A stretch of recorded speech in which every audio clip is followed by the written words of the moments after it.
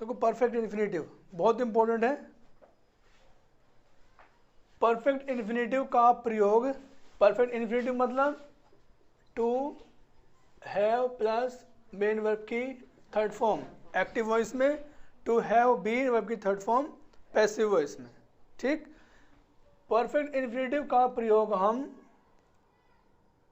ऐसे केसेस में करते हैं जहां पर इन्फिनेटिव वाला कार्य, जो बात इन्फिनेटिव से जुड़ी हुई है वो बात वाक्य की जो फाइनाइट वर्ब है उससे पहले ही हो गई हो। इन्फिनेटिव वाला कार्य अगर फाइनाइट वाले कार्य से पहले ही हो गया हो तो हम वहां पर परफेक्ट इन्फिनेटिव का इस्तेमाल करेंगे। जब पहले एक काम हो उसके बाद दूसरा हो तो इन्फिनेटिव पुराना वाला ही आएगा हमारा, सिंपल इन्फिनेटिव जो है जो अब तक हमने पढ़ा। लेकिन इन्फिनेटिव का काम अगर पहले ही हो गया तो वहां पर हम हैव की थर्ड फॉर्म या हैव बीन वर्ब की थर्ड फॉर्म एक्टिव पैसिव जो भी डिमांड कर रहा है। जैसे दो सेंटेंस को देखेंगे हम, ही एडमिटेड उसने स्वीकार कर लिया है। क्या स्वीकार किया? टू अब्यूज मी, कि उसने मुझे अब्यूज किया यानी गाली दी। पहले उसने मुझे गाली दे दी होगी या पहले उसने एक्सेप्ट किया? पहले गाली दे दी होगी तभी तो उसने एक्सेप्ट किया। यानी गाली देने वाला जो एक्शन है वो स्वीकार करने वाले एक्शन से पहले ही हो गया। ठीक, जब इन्फिनेटिव वाला कार्य दूसरे कार्य से पहले ही हो जाए तो हम उस इन्फिनेटिव को परफेक्ट इन्फिनेटिव में बदलेंगे। ठीक, इस सेंटेंस को देखिए, ही इंटेंडेड उसने इंटेंड किया, उसने इरादा बनाया था। क्या इरादा बनाया था? To have gone to Meerut, Meerut पहुंचने का, मेरठ पहुंच जाने का उसने इरादा बनाया। इरादा पहले बनाया होगा उसने या वो पहले पहुंच गया बाद में इरादा बनाया? पहले इरादा बनाया। तो पहले इरादा बनाया उसके बाद उसने उस काम को कर दिया। तो सिंपल बात है, असेंडिंग ऑर्डर में जा रही बात, पहले इस काम को किया उसके बाद उसने ये काम कर दिया। तो इन्फिनेटिव हमारा टू वर्ब की फर्स्ट फॉर्म वाला जाएगा। ठीक, ये सेंटेंस हमारा गलत हो गया और ये भी सेंटेंस हमारा गलत है।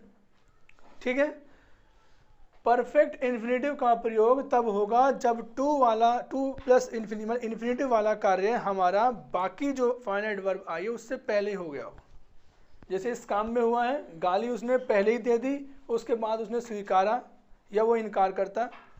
इस सेंटेंस का जो सही रूप है वो ये है, to have abused me. He admitted उसने स्वीकार कर लिया है। क्या स्वीकार कर लिया है? To have admitted to have abused me, to have abused me, have की थर्ड फॉर्म उसने स्वीकार कर लिया है। क्या स्वीकार कर लिया है? टू हैव अब्यूज्ड मी। देखिए, ही इंटेंडेड उसने इरादा किया किस बात का? मेरठ जाने का। तो इसमें to have gone to Meerut नहीं आएगा, बल्कि टू गो टू मेरठ। उसने इरादा किया किस बात का? To go to Meerut. समझ रहे? जैसे एक सेंटेंस है, ये सेंटेंस है इसमें, yesterday I intended to have gone to Delhi. कल मैंने इरादा किया था किस बात का? दिल्ली जाने का। तो पहले कल मैंने इरादा किया उसके बाद में दिल्ली गया। ठीक है, तो to go to Delhi. Next sentence है, he admitted to have uttered these words against me. He admitted उसने एडमिट किया। क्या एडमिट किया? कि he has uttered words against me, यानी उसने अर्ज किए हैं, कहे हैं। अटर का मतलब है कहना, कि उसने मेरे खिलाफ बातें कही हैं, इस बात को उसने स्वीकार कर लिया है। इसका जो बी है इसमें ये वर्ब्स हैं जो ज़्यादातर इशारे देती हैं कि संभवतः इनके बाद जो इन्फिनेटिव आएगा वो संभवतः परफेक्ट इन्फिनेटिव ही आएगा। 100% गारंटी नहीं है, लेकिन ज़्यादातर ये क्रियाएं ऐसी हैं जिनके बाद परफेक्ट इन्फिनेटिव ही आता है। और वो क्रियाएं कौन सी हैं? देखिए, डिनाई, इनकार करना, मैंने इनकार कर दिया उसको बुरा भला कहने से, यानी मैंने उसको बुरा भला कहा है नहीं, ठीक है। कन्फेस, स्वीकार करना, एडमिट, स्वीकार करना, रिकलेक्ट, याद करना, रिमेंबर, याद करना, रिकॉल, याद करना, ध्यान करना या याद करना, क्लेम, दावा करना, रिग्रेट, अफसोस करना, सीम, महसूस करना या प्रतीत होना, अपीयर, प्रतीत होना, रिपोर्ट, प्रतिवेदन देना, रिपोर्ट देना किसी चीज़ की, बिलीव, विश्वास करना, अंडरस्टैंड, समझना, से, कहना, एलेज, आरोप लगाना, सस्पेक्ट, संदेह करना, लर्न, सीखना, रिक्वायर करना, सपोज करना, मान लेना, कल्पना करना, एटसेट्रा। जैसे अगर हम बात करें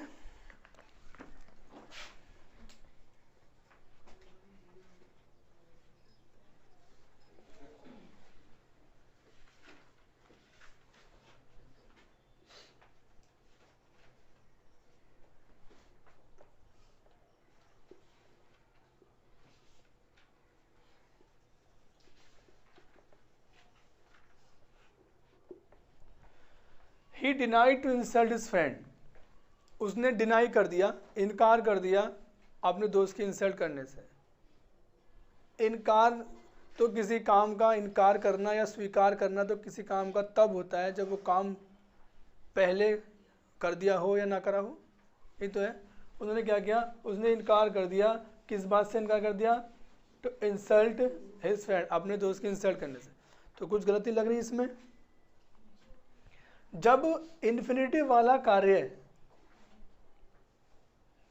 पहले वाले कार्य से, जो फाइनाइट वाली वर्ब है उस कार्य से पहले ही हो जाए, पहले होगा तो परफेक्ट इन्फिनिटिव आएगा। ये पहले होगा तो ये प्रेजेंट में आ जाएगा, ये पहले होगा तो टू आपकी फर्स्ट फॉर्म इधर आएगी, और ये अगर पहले ही हो जाए तो टू हैव आपकी थर्ड फॉर्म। ठीक, ये सेंटेंस हमारा गलत है। इसका सही रूप क्या होगा? He denied to have insulted his friend. He denied to have insulted his friend. समझ रहे?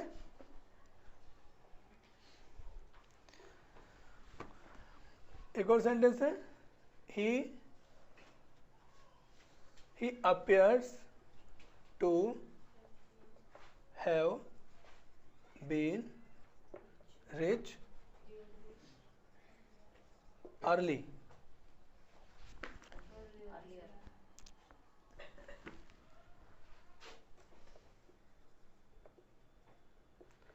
देखो, ही अपीयर्स, वो प्रतीत होता है। कैसा प्रतीत होता है? To have been rich earlier. To have been rich earlier. Earlier से पता लगा पहले ही, वो पहले रिच रहा है, ऐसा लगता है। क्या मतलब हुआ?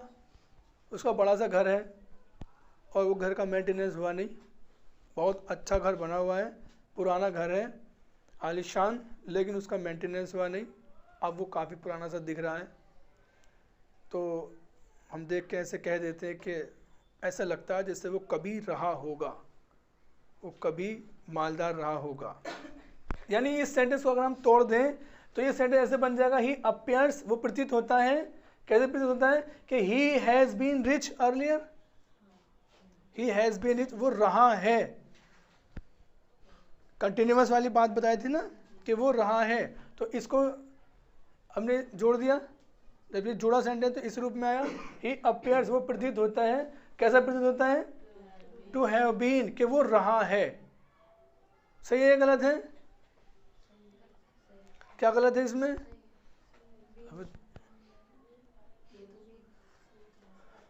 बताओ। ये तो हमने पहले ही पढ़ा है कि सेंटेंस हमारा परफेक्ट इन्फिनेटिव वाला जो सेंटेंस है वो हैव वर्ब की थर्ड फॉर्म से ही बन जाता है, और हैव बीन जो आज की शुरुआती जो रिवीजन था उसमें एक सेंटेंस आया था ना, चौथा पांचवा, कि उसमें परफेक्ट जो प्रेजेंट परफेक्ट कंटिन्यूअस वाली भाव भी हो सकती है। इसमें यही तो है कि वो रहा है। जैसे I have been in Meerut, यानी मैं मेरठ में रहा हूँ। I have been a teacher, मैं एक टीचर रहा हूँ। हैव बीन ए टीचर, मैं एक टीचर रहा हूँ, उस सेंस में है। यानी इसमें ये परफेक्ट इन्फिनिटिव ही है। अब भी देखिए ये वो प्रतीत होता है, कैसे प्रतीत होता है कि वो पहले रहा है, रिच रहा है। ठीक है, सेंटेंस सही है गलत है?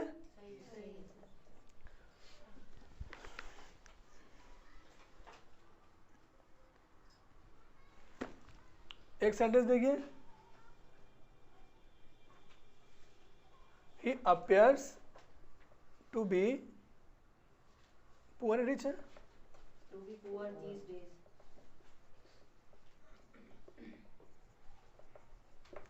देखो समझिए, इस नियम की शुरुआत से हमने बताया शुरुआत में ही कि ये कुछ क्रियाएं ऐसी हैं जिनके बाद परफेक्ट इन्फिनेटिव संभवतः आता है। 100% गारंटी नहीं है, संभवतः परफेक्ट इन्फिनेटिव ही आता है, क्योंकि इनके बाद जो क्रिया होगी लगभग पहले हो जाती है वो। ठीक, लेकिन कुछ ऐसी हो सकती है, जैसे ये रूप है ही अपीयर्स, वो प्रतीत होता है। कैसा प्रतीत होता है? To be poor these days, आजकल वो गरीब है। यानी इन दोनों सेंटेंस को अगर हम तोड़ें तो कैसे कह सकते हैं? ही अपीयर्स ही इज पुअर, इसका मतलब ये तो हो गया ही appears he is poor, he is poor. तो इज को हटा करके हमने टू बी लगा दिया, ये तो किया। तो ये हो गया हमारा he appears to be poor these days. These days मतलब आजकल। सेंटेंस हमारा सही है गलत है? सही है, जबकि यहाँ अपीयर आया है ना। और इस अपीयर, ये अपीयर यहाँ भी आया है, लेकिन यहाँ पर आया है परफेक्ट इन्फिनेटिव। ठीक, और यहाँ भी अपीयर आया है, लेकिन यहाँ पर ही इज पुअर के सेंस में। तो इज पुअर की जगह हमने टू बी का इस्तेमाल करके सेंटेंस को आगे बढ़ाया। यानी ये वो क्रियाएं हैं, इनमें मैं कहता हूँ 95% हमारा परफेक्ट इन्फिनेटिव आएगा। 5% ऐसा हो सकता है कि जो ये रूप हो, he is poor, he was hungry, ऐसा। क्लियर? और देखिए और क्रियाएं हैं ऐसी इसमें, कन्फेस और एडमिट तो एक जैसी है। कन्फेस मतलब स्वीकार करना। मान लीजिए आ जाता है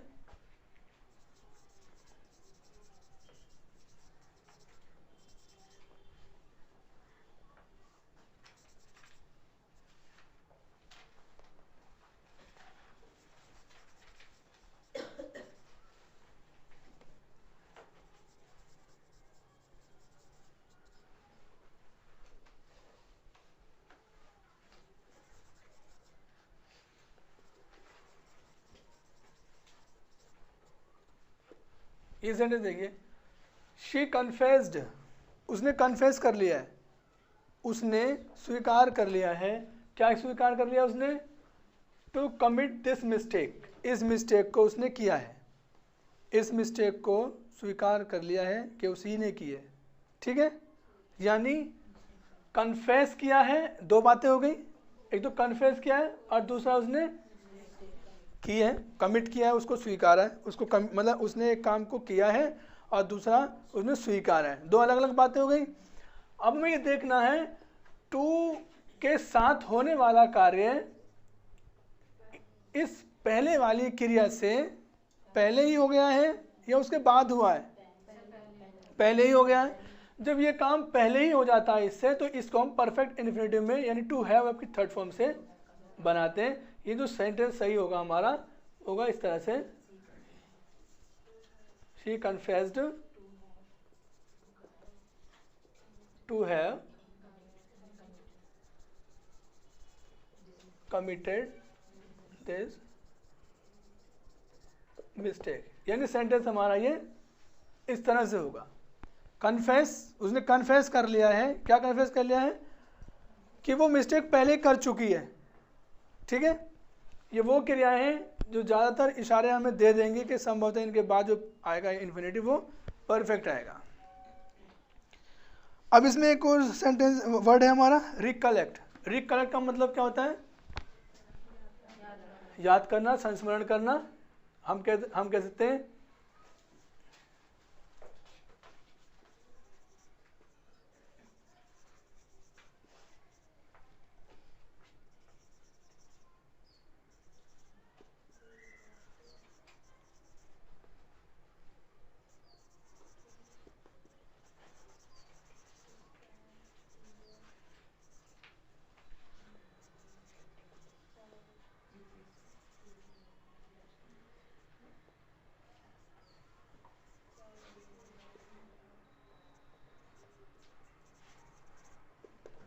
देखो, दे रिकलेक्टेड, इधर ही है इसका फोकस। दे रिकलेक्टेड, रिकलेक्ट याद करना, रिकॉल या रिकलेक्ट। रिकलेक्ट का मतलब है वो पुरानी चीज़ें जो हमने छोड़ दी है उनको वापस कलेक्ट कर रहे हैं अपने दिमाग में। जो पुरानी चीज़ें हमने छोड़ दी हैं या जो वक्त हमने बिताया है उन इवेंट्स को कलेक्ट करके, इकट्ठा करके हम अपने दिमाग में वापस ला रहे हैं। रिकलेक्ट, रिकॉल वापस उन चीज़ों को बुलाना यानी याद करना। रिकॉल, रिकलेक्ट दोनों एक दूसरे के सिनोनिम हो सकते हैं। दे रिकलेक्टेड, उन्होंने रिकलेक्ट किया, उन्होंने याद किया। ठीक है, क्या याद किया? टू स्पेंड, बिताना, खर्च करना या बिताना। स्पेंड दियर चाइल्डहुड, अपने बचपन को बिताया। उन्होंने याद किया कि उन्होंने अपने बचपन को बिताया। कहाँ बिताया? In the village, in the village, अपने गांव में। ठीक, तो कोई चीज़ याद कब की जाती है? जब वो पहले हो गई होती है, ये तो है ना। तो यहाँ पर टू वर्ब के फर्स्ट फॉर्म से जो बात बन रही है वो काम हमारा पहले ही हो गया इससे।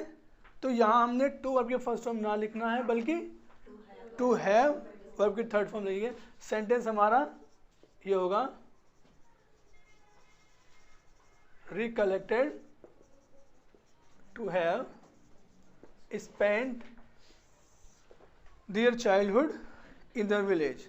ठीक है, दे रिकलेक्टेड, उन्होंने पुनः याद किया। क्या याद किया? To have spent, spend, spent, spent, तीन फॉर्म होगी, खर्च करना या बिताना। उन्होंने याद किया कि उन्होंने बिताए थे अपने बचपन को गांव में। इसका मतलब ये हो गया कि they have spent their childhood in there villages. ठीक है, इन देयर विलेज। अब इसमें एक क्रिया है, देखिए, रिमेंबर भी सेम है। रिमेंबर भी याद करना, वही बात हो जाएगी। रिकॉल, रिकॉल भी यही एक ही चीज़ है। क्लेम या रेगरेट, क्लेम का मतलब दावा करना। कैसा दावा करना? कोई काम हो चुका है उसका दावा कर रहे हैं।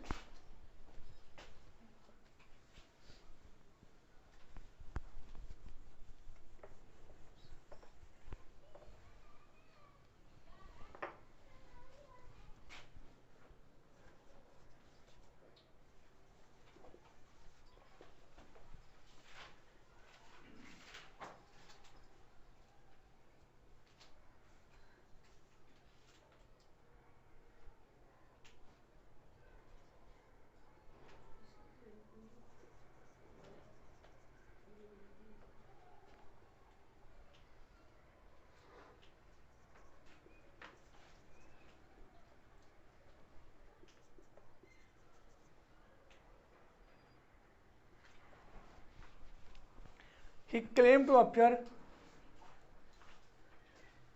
in the exam. क्लेम का मतलब दावा करना। दावा किस बात पे किया जाता है? कोई काम हमने पहले कर दिया है, उसका दावा करेंगे हम कि हाँ हमने किया ये काम, है ना, या नहीं किया, या हम गए थे। मान लीजिए आपने एग्ज़ाम दिया और आपकी एब्सेंट लगा दी, तो आप दावा करेंगे इस बात का, आपको कहा गया आप एब्सेंट थे, आप कहेंगे नहीं जी मैं तो एब्सेंट नहीं था। मैं दावे के साथ कह सकता हूँ इस बात को। दावा कब किया जाता है? बाद में, काम करने के बाद में उसका दावा किया जाता है। ठीक, तो आपने दावा किया, ही क्लेम्ड, उसने दावा किया टू अपियर, अपियर होने का दावा किया कि मैं तो प्रेजेंट था वहाँ पर, आपने एग्जाम में मुझे एब्सेंट लगा रखा, मैं तो प्रेजेंट था, मैं दावा कर रहा हूँ और उसकी जो प्रूफ है वो ये रहा, देखिए मेरी अटेंडेंस शीट देखिए। तो अटेंडेंस शीट देख के आप दावा करा रहे हैं।